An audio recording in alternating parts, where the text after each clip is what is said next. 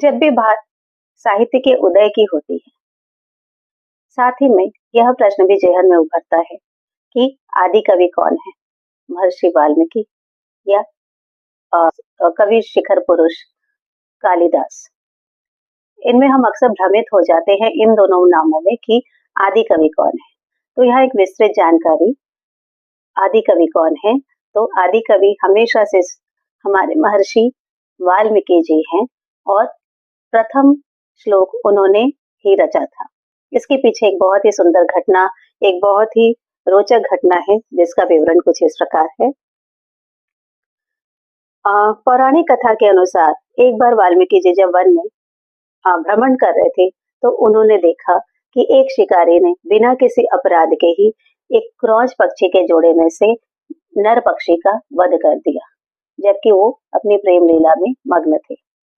यह देखकर वो बहुत ही कुपित हो गए और उनके मुंह से एक संस्कृत श्लोक उनकी प्रतिक्रिया के रूप में निकला। तो वह जो संस्कृत श्लोक निकला वही प्रथम श्लोक था सृष्टि का। वह श्लोक कुछ इस प्रकार है। मां निषाद प्रतिष्ठाम त्वम गमः शाश्वती ही समाह यत क्रौच मिथुना देह कमवधि काम मोहितम। इसका अर्थ है, हे शिकारी, तुम्हें युगों युगों तक कभी शांति और प्रतिष्ठा प्राप्त नहीं होगी, क्योंकि तुमने प्रेम में मग्न क्रौच पक्षी के जोड़े में से एक का बिना किसी अपराध के ही वध कर दिया है। बाद में से इसी श्लोक के द्वारा, इसी छंद के द्वारा उन्होंने, इसी छंद के रूप से प्रेरित होकर ही उन्होंने महान महाकाव्य रामायण की रचना की, जो कि पूर्णतः संस्कृत में है। तो इसमें किसी भी प्रकार का कोई भ्रम नहीं होना चाहिए कि आदि कवि कौन है। इसमें किसी भी तरह के विवाद का कोई प्रश्न ही नहीं उठता है कि आदि कवि सिर्फ और सिर्फ महर्षि वाल्मीकि हैं। कालिदास जी तो बहुत बाद में गुप्त वंश के समय पैदा हुए थे और उस समय के उनके काव्य बहुत प्रसिद्ध है। जैसे अब जिनमें से एक प्रमुख काव्य है अभिज्ञान शाकुंतलम, जिनकी हम पहले भी बात कर चुके हैं।